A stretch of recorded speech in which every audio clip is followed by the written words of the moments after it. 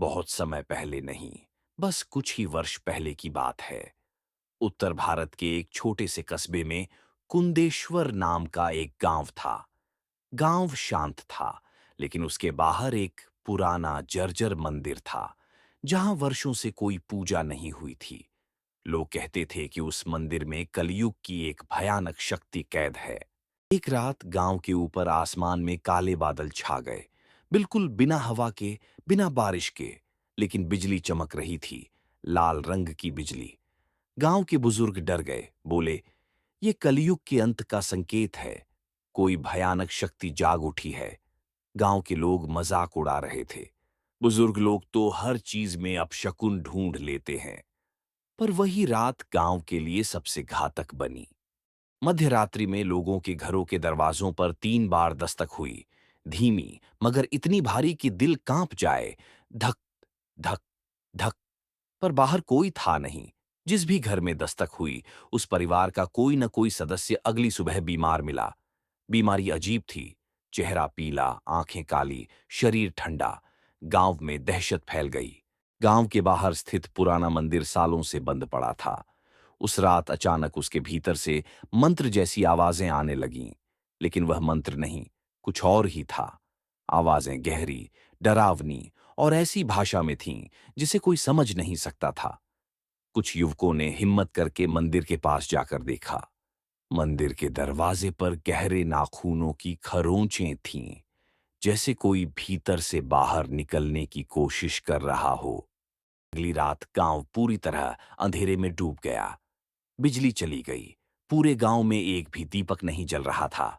अचानक हवा का तेज झोंका आया और गांव के बीचों बीच खड़ा एक पेड़ बीच से टूटकर गिर पड़ा। छोटा सा बच्चा रोते हुए बोला, मां, किसी ने मेरा नाम पुकारा, मंदिर की तरफ से। और तब सबने सुना। मंदिर की दिशा से एक भयानक भारी पुरुष सी आवाज। समय पूरा हुआ। ठीक उसी समय गांव में एक अज्ञात साधु आया। सिर से पैर तक जटाए, आंखों में दिव्यता और हाथ में चिमटा। साधु ने कहा, मूर्ख लोगों, मंदिर में जो शक्ति कैद थी वह कलयुग का दूत है। हर 500 वर्षों में वह जागता है और अराजकता फैलाता है।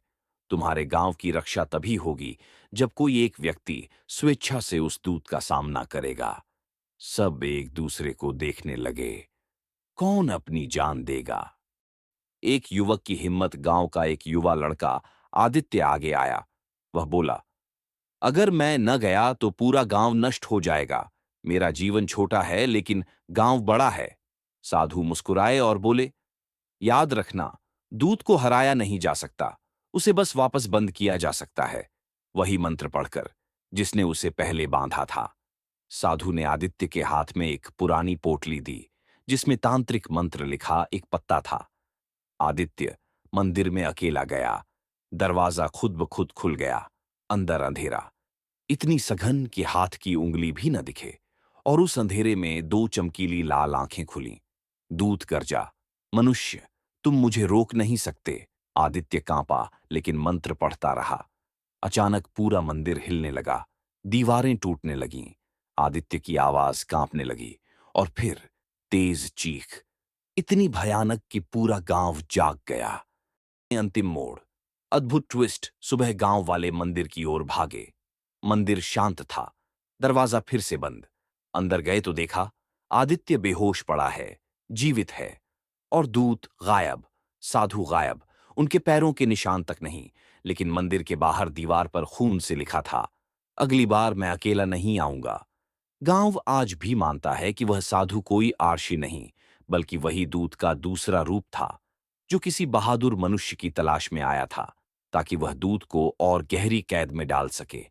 कहते हैं, कलयुग का अंत अब दूर नहीं। जब वह लाल बिजली फिर चमकेगी, तो अगली बार दूत अकेला नहीं, बल्कि सेना लेकर आएगा। और उस दिन मानवता को अपने सबसे बड़े अंधकार का सामना करना होगा।